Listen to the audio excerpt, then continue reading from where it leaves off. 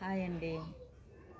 ఈ డ్రాగన్ చూడండి ఎలా ఉన్నాయో, ఎంత చక్కగా ఉన్నాయి. డ్రాగన్ చూడండి చాలా పండినాయండి. అయితే కోతులు అస్సలు ఉంచట్లేదండి. పచ్చికాయలు కూడా తింటున్నాయి. ఇది చూడండి ఇలాగ, ఇది చూడండి, ఇది చూడండి, ఇది చూడండి. ఒక్కొక్క కాయ ఎలా ఉందో చూడండి, ఎలా ఉందో చూడండి. ఇది చూడండి చక్కగా. ఇవన్నీ కోతులు ఉంచట్లేదని చెప్పేసి మరి ముందుగానే కొద్దిగా దోరగా ఉండగానే కోస్తున్నానండి. ఏం చేద్దామండి చూడండి ఎలాగా, చూడండి ఎంత పెద్ద పెద్ద కాయలైన కోతులు అయితే మరి ఉంచట్లేదు.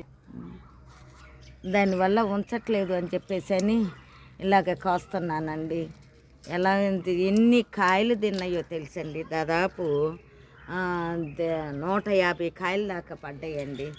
మరి ఇన్ని చెట్లు అవతల చాలా ఉన్నాయండి, చాలా ఉన్నాయి. చూడండి ఇది ఎలా ఉన్నాయో, ఉంచట్లేదండి. తెల్లారి 5 అయ్యాలకే ఇగో చూడండి ఇంకా చాలా కాయలు ఉన్నాయండి.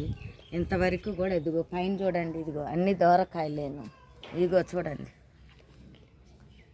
అటు పక్కకి వెళ్ళి కోసుకుందామండి. ఇది రెడ్ అండి, ఇది పింక్ కలర్ అండి, పింక్ కలర్. తెల్లారి 5 అయ్యాలకి వచ్చేస్తున్నాయండి కోతులు. అస్సలు కోతులు.